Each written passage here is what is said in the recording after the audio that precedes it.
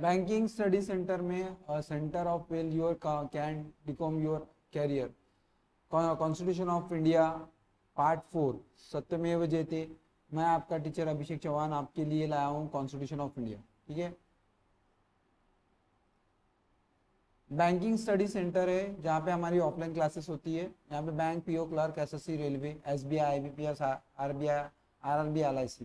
Free study material for all subject, free magazines of monthly, computer lab, free mock test, free library till selections, free mock interview 10 days and tour classes and tour practice. Demo classes for 3 days। जगह है 3rd floor, Rajkamal complex, Panchsheel square, Nagpur. Mobile number 808051 58979595628966। आगे बढ़ते हैं हम constitution. Constitution के मेरे 3 भाग हो चुके हैं, अब ये 4था भाग है जो आपके लिए लाया हूं। आगे बढ़ रहे हैं। अब आगे हम बढ़ रहे हैं जूनागढ़ और हैदराबाद जम्मू कश्मीर की रियासतें। डिटेल में समझेंगे कि देशी रियासतों का भारत में विलय कैसा हुआ। जब देश का कॉन्स्टिट्यूशन बन रहा था उस समय देश में 93 देशी रियासतें, बट लेकिन ऐसी जो रियासतें जो भारत में नहीं मिलना चाहती थी, इवन हम कह सकते हैं कि बाजू वाले पड़ोसी देश जिसमें पाकिस्तान में मिलना चाहते थे, जैसा जूनागढ़, हैदराबाद और जम्मू कश्मीर की रियासतें। नेक्स्ट लेंगे तो सरदार वल्लभ भाई पटेल जो हमारे थे, जिन्हें आयरन मैन और काफी चीज उपाधि दी गई है। ठीक है, तो रियासतों को भारत में सम्मिलित करने का श्रेय सरदार वल्लभ भाई पटेल के नेतृत्व रियासती मंत्रालय को जाता है। किसको जाता है? रियासती मंत्रालय को जाता है। ये हमारे सरदार वल्लभ भाई पटेल है और इनकी स्टैचू है liberty of statute of unity Hyderabad में, सॉरी अपना गुजरात में। गुजरात में भी कहाँ पर क्या बोलते हैं, नर्मदा नदी के ऊपर में। ठीक है, जूनागढ़ रियासत जनमत संग्रह के आधार पर, यानी जनता के आधार पर उसे एक किया गया। किसके आधार पर? जनता के आधार पर उसे एक किया गया। हैदराबाद रियासत को पुलिस कार्रवाई के आधार पर, यानी किस कार्यवाही पे? पुलिस कार्रवाई, जो हमारे सरदार पटेल है वहां के निजाम को कॉलर पकड़ के भगाए थे। ठीक है, उसके बाद है जम्मू कश्मीर रियासत को विलय पत्र, यानी हस्ताक्षर पत्र के आधार पर, यानी डॉक्यूमेंट्स में लिखकर हमें उसे एक किया गया है, तो भारत में मिलाया गया। देशी रियासतों को भारतीय संघ का अंग बनाने में सरदार वल्लभ भाई पटेल की very very important VP Menon ने मदद की थी। एसएससी का क्वेश्चन है कि किन ने मदद की थी? उनकी वीपी मेनन, ठीक है, की सबसे महत्वपूर्ण भूमिका रही है। नेक्स्ट, भारतीय राज्यों को संघ में जिसमें 28 राज्य और 8 केंद्र शासित प्रदेश है। ये है दादरा नगर हवेली, दमन द्वीप, और विलय के पश्चात अब राजधानी दमन है। ठीक है, हाँ, दादरा नगर हवेली और दमन एक हो गए और उनकी राजधानी क्या हो गई है? दमन हो गई। अब है अनुच्छेद 1। अनुच्छेद 1 कहता है कि भारत क्या है? इंडिया राज्यों का संघों का होगा। इंडिया क्या होगा? राज्यों का एक संघ होगा। पहला अनुच्छेद यही कहता है। दूसरा, राज्य और उनके राज्य क्षेत्र में होंगे वे अपनी अनुसूची में विदिष्ट है। भारत के राज्य क्षेत्र में अर्जित किए गए अन्य राज्य भी क्षेत्र में समाविष्ट होंगे। अनुच्छेद 1 कहता है पहली बात कि भारत से अगर कोई राज्य अगर मिल रहा है तो वो ऑटोमेटिक क्या होगा? वो भारत का अंग में हो जाएगा। अनुच्छेद 2, भारत की संसद को विधि द्वारा ऐसे निर्बंध और शर्तों पर जो ठीक समझे संघ में नए राज्यों का प्रवेश और उनकी स्थापना की शक्ति प्रदान की है। यानी नए राज्य किस अनुच्छेद से बनाया जाता है? अनुच्छेद 2। देखो, किसी भी राज्य का निर्माण, जैसे अगर महाराष्ट्र की बात करें, महाराष्ट्र से अगर विदर्भ अलग चाहिए तो वो स्टेट के हाथ में नहीं है, वो सेंटर गवर्नमेंट के हाथ में। किसके हाथ में है? सेंटर गवर्नमेंट के हाथ में है। Very very important. ठीक है, अनुच्छेद 3, नए राज्यों का निर्माण, वर्तमान राज्यों की क्षेत्र सीमाओं, नामों में भी परिवर्तन का अधिकार किसके हाथ में है? अपना संसद के हाथ में। संसद, मैंने कल बताया था संसद यानी क्या, तो संसद यानी होता है 3 लोग। कौन कौन से? राष्ट्रपति प्लस लोकसभा प्लस राज्यसभा, ये हमारे मिल जाते हैं संसद। ठीक है, नेक्स्ट आगे लेंगे।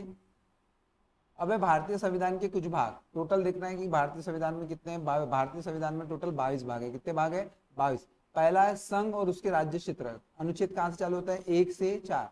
फिर नागरिकता, नागरिकता कहां से चालू होती है? 5 और 11। नागरिकता किसमें? भाग 2 पे। इस पे भाग 2, एग्जाम का क्वेश्चन है कि नागरिकता किस पर? भाग 2 है। मौलिक अधिकार, मौलिक अधिकार वेरी इंपॉर्टेंट, जिसे बोला जाता है फंडामेंटल राइट्स। क्या बोला जाता है? Fundamental rights. किसमें? 12 से 35 अनुच्छेद नंबर। नीति निर्देशक तत्व, यानी राज्य को किस कैसा सुचारू व्यवस्था चलना चाहिए, उसका उल्लेख 36 से 51। फिर है मूल कर्तव्य, वेरी वेरी इंपॉर्टेंट। ये मूल हमारे कॉन्स्टिट्यूशन में थे नहीं, इसे 42वां संशोधन 1976 में जोड़ा गया है, ठीक है, और इसे 51 क में रखा गया, ठीक है, 52 से 151 में चालू होते हैं। फिर उसके बाद सातवां पहली अनुसूची के भाग ख राज्य में 238 निरसित किया गया है। आठवां है राज्य और क्षेत्र, उनका उल्लेख 229 से 242। नौवा क नगर पालिका, इसे जोड़ा गया है, ठीक है। कौन सा संशोधन? 73वां संशोधन। कौन सा संशोधन? 73वां संशोधन, 243 से क से न तक। और नौवा ख सहकारी समितियां 243 से 243 तक। अनुसूचित जनजाति क्षेत्र 243 से यहाँ तक। फिर उसके बाद संघ और राज्यों के बीच संबंध 245 से 263। वित्त संपत्ति सुविधाओं वाद विवाद 264 से 300। भारतीय राज्य क्षेत्र के भीतर व्यापार 301 से 207। संघ और राज्य के अधीन सेवाएं 208 से 324। और अधिकार निर्वाचन यानी 324 यानी ये इलेक्शन कमीशन 15 में। कुछ वर्गों के संबंध में विषय उपलब्ध 330 से 342। आपात उपलब्ध 1352 से 360। प्रकीर्ण 361 से 367। संविधान संशोधन वेरी वेरी इंपॉर्टेंट एग्जाम का क्वेश्चन, कलम नंबर 368 एग्जाम का क्वेश्चन है, क्या आएगा? 368। अस्थायी संक्रमणशील विशेष उपलब्धता 369 से 392। संक्षिप्त नाम प्रारंभ हिंदी प्राकृतिक पाठ और निरसन 393 से 395। तो ये हमारे भारतीय संविधान के कितने हैं? 22 भाग है, और उन्हीं के बारे में हमको आगे में पढ़ना है। सबसे पहले पढ़ेंगे भारतीय राज्यों का पुनर्गठन। हमने कहा था कि अनुच्छेद 1 में कहा गया कि भारत 28 राज्यों और 8 केंद्र शासित प्रदेशों का राज्य है। तो हमको यही देखना है कि किस तरह से आगे लेंगे। राज्यों का पुनर्गठन, भाषा के आधार पर राज्यों का पुनर्गठन उचित है या नहीं, इसकी जांच के लिए संविधान सभा में अध्यक्ष राजेंद्र प्रसाद ने इलाहाबाद उच्च न्यायालय के अवकाश प्राप्त न्यायाधीश एस के धर अध्यक्षता में 4 समुदाय आयोग की नियुक्ति की थी। इस आयोग ने भाषा के आधार पर राज्यों का पुनर्गठन का विरोध किया था। प्रशासनिक सुविधाओं के आधार पर किया था, यानी प्रशासनिक सुविधा जैसे रहेंगे वैसे नाम होगा। जैसे अमेरिका में न्यूयॉर्क है, वॉशिंगटन है, वो प्रशासनिक सुविधा के आधार पर है। लेकिन कुछ लोग चाहते थे कि भाषा के आधार पर हो। हाँ, धर आयोग के नियम की परीक्षा करने के लिए कांग्रेस कार्य समिति ने अपने जयपुर अधिवेशन में जवाहरलाल नेहरू, वल्लभ भाई पटेल और पटमा तमरैया की समिति में एक गठन किया, यानी तीनों की एक समिति थी जिसे हम JVP समिति भी बोलते हैं। इस समिति ने भाषा आधार पर राज्यों के पुनर्गठन की मांग को खारिज किया था। यानी पंडित जवाहरलाल नेहरू और सरदार वल्लभ भाई पटेल और पंडित तमरैया ने कहा था कि भारत को भाषीय आधार पर गठित ना करे, प्रशासनिक सुविधाओं के आधार पर करे। बट लेकिन इसका विरोध हुआ। जैसे हम देख लेते हैं उनका विरोध हुआ। एक आंध्र प्रदेश के एक थे रामोल्ला, जिन्होंने 64 दिन तक क्या करे अपना अनशन करे था और उनकी मृत्यु हो गई थी, जिस कारण पंडित जवाहरलाल नेहरू ने नए राज्यों को उनके भाषाई आधार पर गठित हुआ, और भाषाई आधार पर गठित होने वाला पहला राज्य था आंध्र प्रदेश। इसका गठन हुआ था 1 अक्टूबर 1953। महाराष्ट्र का हुआ था 1 मई 1960 और महाराष्ट्र गुजरात का सेम ही है, ठीक है, 1 मई 1960। फिर नागालैंड का हुआ 1 दिसंबर 1963। फिर हरियाणा का हुआ, फिर हिमाचल प्रदेश का 25 जनवरी 1971, मेघालय का 21 जनवरी 1972, मणिपुर का 21 जनवरी 1972, त्रिपुरा का भी 21 जनवरी, यानी 3 स्टेट के सेम ही है डेट, और 21 जनवरी और 21 जनवरी 1972। और महाराष्ट्र गुजरात का भी 1 मई 1960। त्रिपुरा का भी वही है। सिक्किम का है 26 अप्रैल 1975। यहाँ पर एक वंश का राज था जिसका नाम चुंग्याल वंश। कौन सा वंश? चुंग्याल वंश। तो ये भी एग्जाम का क्वेश्चन है। मिजोरम का 20 फरवरी 1987, अरुणाचल प्रदेश का 20 फरवरी 1987, गोवा का है 30 मई 1987, छत्तीसगढ़ का है 1 नवंबर 2000। देखो यहाँ पर ध्यान में रखना ट्रिक कि है तो 2000 के छे, लेकिन उसको कैसे याद रखने का? छतरी उतरी झाड़ से। कैसा होता है? छतरी उतरी झाड़ से, आगे ट्रिक। और तारीख क्या है? 1, 9 और ये 15, और ईयर तो सेम है 2000, ये अटल बिहारी वाजपेयी ने करा था। छतरी उतरी झाड़ से। और तेलंगाना बना है 2 जून 2014। तो ये हमारे 28 स्टेट बने हुए हैं।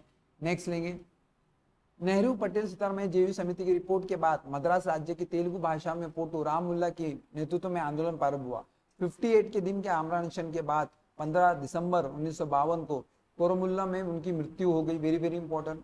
और इसी के आधार पर, भाषा आधार पर राममुल्ला की मृत्यु के बाद पंडित जवाहरलाल नेहरू ने तेलुगु भाषा के लिए पृथक आंध्र प्रदेश की गठन की घोषणा कर दी और 1 अक्टूबर 1953 को आंध्र प्रदेश राज्य का गठन हो गया और वह राज्य स्वतंत्र भारत के भाषा पे आधार पर गठित होने वाला भारत का पहला राज्य बना। और उसी समय आंध्र प्रदेश की राजधानी क्या थी, तो एग्जाम का क्वेश्चन है कर्नूल। उस समय आंध्र प्रदेश की राजधानी क्या थी, कर्नूल। राज्य पुनर्गठन आयोग के अध्यक्ष फजल अली थे, जिनके अन्य सदस्य थे हृदयनाथ कुंजरू, सरदार के.एस. पानीकर। राज्य पुनर्गठन अधिनियम जुलाई 1956 में पास किया गया और उसके अनुसार उस समय भारत में 14 राज्य 6 केंद्र शासित प्रदेश है। मूल कॉन्स्टिट्यूशन में कितने थे, तो मूल कॉन्स्टिट्यूशन में 14 राज्य और 6 केंद्र शासित प्रदेश को स्थापित किया गया। राज्य पुनर्गठन आयोग ने 1953 में ही गठित हुआ था। कब हुआ था, 1953 में ही क्या हुआ था, ये गठित हुआ था। नवंबर 1954 में फ्रांस की सरकार जो भारत में वास कर रही थी, देखो अंग्रेज जाने के बाद भी ये नहीं कि अंग्रेज चले गए तो फ्रांस रहे, फ्रांस में अपनी सभी बस्तियों पंडुचेरी, यनम, चंद्रनगर और कोरकिला को भारत को सौंप दिया और 28 मई 1956 को वो इस संबंध पे हस्ताक्षर हो गए कि इसके बाद इन सभी को मिलाकर पंडुचेरी संघ राज्य बनाया जाएगा। क्या बनाया जाएगा, पंडुचेरी संघ राज्य बनाया जाएगा। नेक्स्ट, भारत सरकार ने 18 दिसंबर 1961, वेरी वेरी इंपॉर्टेंट, ये गोवा पे स्ट्राइक हुई थी पुर्तगालियों के खिलाफ। गोवा दमन द्वीप मुक्ति के पुर्तगालियों के विरुद्ध कार्रवाई की और उन पर पूर्ण अधिकार कर लिया और 12वें संविधान संशोधन द्वारा गोवा दमन द्वीप को प्राथमिक परिस्थिति में शामिल करके भारत का अभिन्न अंग बनाया गया। कब बनाया गया, गोवा कब बना था, 18 दिसंबर 1961 को इस पे पुलिस कार्रवाई की थी। वर्तमान समय भारत में 28 राज्य 8 संघ क्षेत्र है, इन्हीं में संविधान की प्रथम अनुसूची में इसे शामिल किया गया है। प्रथा भारत की संविधान की पहली अनुसूची क्या बोलती है कि भारत जो है 28 राज्य और 8 संघ का क्या है, देश है। क्षेत्रीय परिषद, भारत में 5 क्षेत्रीय परिषद थे जिसका गठन राष्ट्रपति के द्वारा किया गया था। केंद्रीय गृह मंत्री राष्ट्रपति द्वारा मनोनीत केंद्रीय मंत्री क्षेत्रीय परिषद इसके अध्यक्ष होंगे। संविधान राज्यों के मुख्यमंत्री उपाध्यक्ष होते हैं जो कि प्रतिवर्ष बदलते रहते हैं। यह केंद्र राज्य के सुधारने में महत्वपूर्ण भूमिका निभाता है। ठीक है, नेक्स्ट, क्षेत्रीय परिषद को 1956 के राज्य पुनर्गठन अधिनियम के तहत स्थापित किया गया था। एग्जाम में क्वेश्चन है कि किस अधिनियम के तहत किया गया था, 1956 के अंदर में था। यह संवैधानिक निकाय है किंतु यह असंवैधानिक निकाय नहीं है। अब ये है भी और नहीं भी, ये भी अपना इसमें चलता है।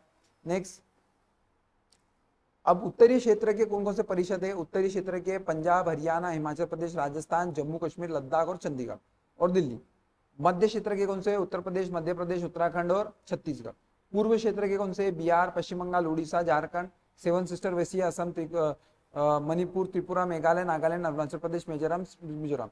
पश्चिमी क्षेत्र के कौन से, गुजरात, महाराष्ट्र, गोवा, दमन दीव और दादरा नगर हवेली, यानी जो हमारे पांचों को भाग है। और दक्षिण क्षेत्रीय में आंध्र प्रदेश, तेलंगाना, कर्नाटक, केरल, तमिलनाडु, पंडिचेरी, तो ये दक्षिण के है। पूर्वोत्तर परिषद में इसका गठन संसदीय अधिनियम पूर्वोत्तर परिषद अधिनियम 97 द्वारा किया गया था। 8 अगस्त 1972 को अस्तित्व में आया। इसी के सदस्यों में असम, मणिपुर, मिजोरम, अरुणाचल प्रदेश के, नागालैंड, मेघालय, त्रिपुरा और सिक्किम में सम्मिलित हुई। 1994 में सिक्किम, वेरी वेरी इंपॉर्टेंट, पूर्वोत्तर परिषद का 8वां सदस्य बना। एग्जाम का क्वेश्चन है, पूर्वोत्तर परिषद का 8वां सदस्य कौन सा था, तो वो कौन सा था, सिक्किम था। इसी के कार्य में कुछ अतिरिक्त कार्य को सही वही से क्षेत्रीय परिषद हुए, तो ये आपको बता दिया। उत्तरी क्षेत्र परिषद का मुख्यालय नई दिल्ली है। मध्यवर्ती क्षेत्र का इलाहाबाद है। पूर्व क्षेत्र का कोलकाता है। पश्चिम क्षेत्र का मुंबई है और दक्षिण क्षेत्र का चेन्नई है। ठीक है, इसीलिए भारत में गठित क्षेत्र परिषद को कहा से, तो ये ध्यान में रखने का। नेक्स्ट है भारतीय नागरिकता। अब भारतीय नागरिकता किस तरह पाई जाती है, क्या इसमें है, तो वो हम उसके बारे में आप डिटेल में पढ़ेंगे।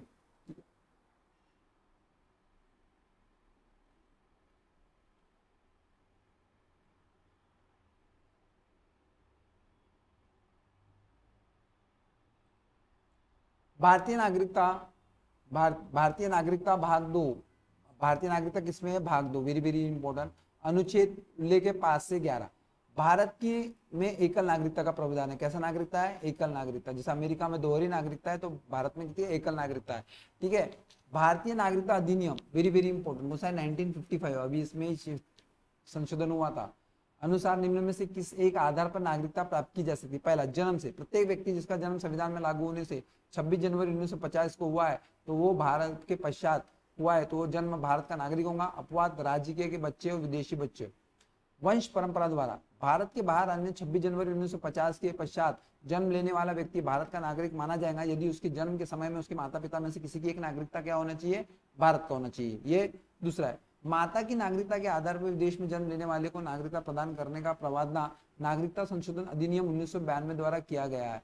ये अलग है, पहला 1992 में एक संशोधन हुआ था कि माता की नागरिकता के आधार पर, ये नियम अलग है, ठीक है। पहले था माता पिता में से एक है, लेकिन बट अभी थोड़े से नियम चेंज हुए हैं 1992 को। नेक्स्ट है देशीकरण द्वारा नागरिकता। भारत सरकार देशीकरण प्रमाण पत्र प्राप्त करके भारत की नागरिकता प्राप्त की जा सकती है। पंजीकरण द्वारा निम्नलिखित वर्गों में आने वाले लोग पंजीकरण के द्वारा भारत की नागरिकता प्राप्त कर सकते हैं। वे व्यक्ति जो पंजीकरण प्रार्थना पत्र देने की स्थिति में 6 माह पूर्व रह रहे हैं तो वे भारतीय को अविभाज्य भारत से बाहर किया जाएगा। निवास कर रहे हैं वे स्त्रियां जो भारतीय से विवाह कर चुकी है भविष्य में विवाह करेंगी। भारतीय नागरिकता के नाबालिग बच्चे, राष्ट्रमंडल देश के नागरिक जो भारत में रहे, भारत सरकार की नौकरी कर रहे हैं, आवेदन पत्र देकर भारत की नागरिकता प्राप्त कर सकते हैं। भूमि विस्तार द्वारा, यानी अगर हम कोई पाकिस्तान को अपने अंडर कर लेते हैं तो वैसे ही पूरे लोग क्या हो जाएंगे, नागरिकता बन जाएंगे। यदि किसी नए भूभाग को भारत में शामिल किया जाता है तो उस क्षेत्र में निवास करने वाले व्यक्तियों को स्वयं भारत की नागरिकता प्राप्त की जाएगी। नेक्स्ट, भारतीय नागरिकता संशोधन अधिनियम 1986, वेरी वेरी इंपॉर्टेंट। इसके अधिनियम के आधार पर भारतीय नागरिकता संशोधन अधिनियम 1950 में कुछ संशोधन किए गए। अब भारत में जन्मे केवल उसी व्यक्ति को नागरिकता प्राप्त की जाएगी जिसके माता पिता में से एक भारत का नागरिक होना चाहिए, ठीक है। जो व्यक्ति पंजीकरण के द्वारा भारतीय नागरिकता प्राप्त करना चाहता है उन्हें अब कम से कम 5 वर्ष नहीं, अभी 10 वर्ष हो गया, 10 वर्ष निवास करना होगा। पहले अवधि 6 थी, लेकिन अभी 5 से अभी कितनी हो गई, 10 हो गई। देशीकरण द्वारा नागरिकता तभी प्रदान की जाएंगी जब संविधान में व्यक्ति को कम से कम 10 वर्ष तक भारत में रह चुका हो। यह अवधि पहले 5 वर्ष थी, मैंने बताया, अभी हुआ। नागरिकता संशोधन अधिनियम 1986 में यह किया गया था। जम्मू कश्मीर, असम सहित भारत के सभी राज्यों पर यह लागू होता है, ठीक है। यानी जम्मू कश्मीर और असम सहित सभी भारत राज्यों पर क्या होता है, ये लागू होता है।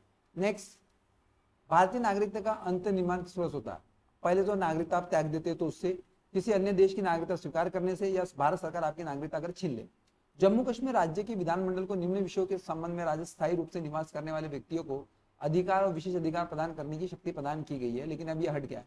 राज्यों के अधीन नियोजन से संबंध है, राज्यों के अचल संपत्ति के अर्जन के संबंध में, राज्य में स्थायी रूप से बस जाने के संबंध में, और छात्रवृत्ति अथवा इस प्रकार की सहायता जो राज्य सरकार प्रदान करे। ये जो नियम है ये जम्मू कश्मीर पर लागू होता है। नेक्स्ट, अगर वीडियो अच्छा लगता है तो शेयर करें, लोगों तक फैलाएं।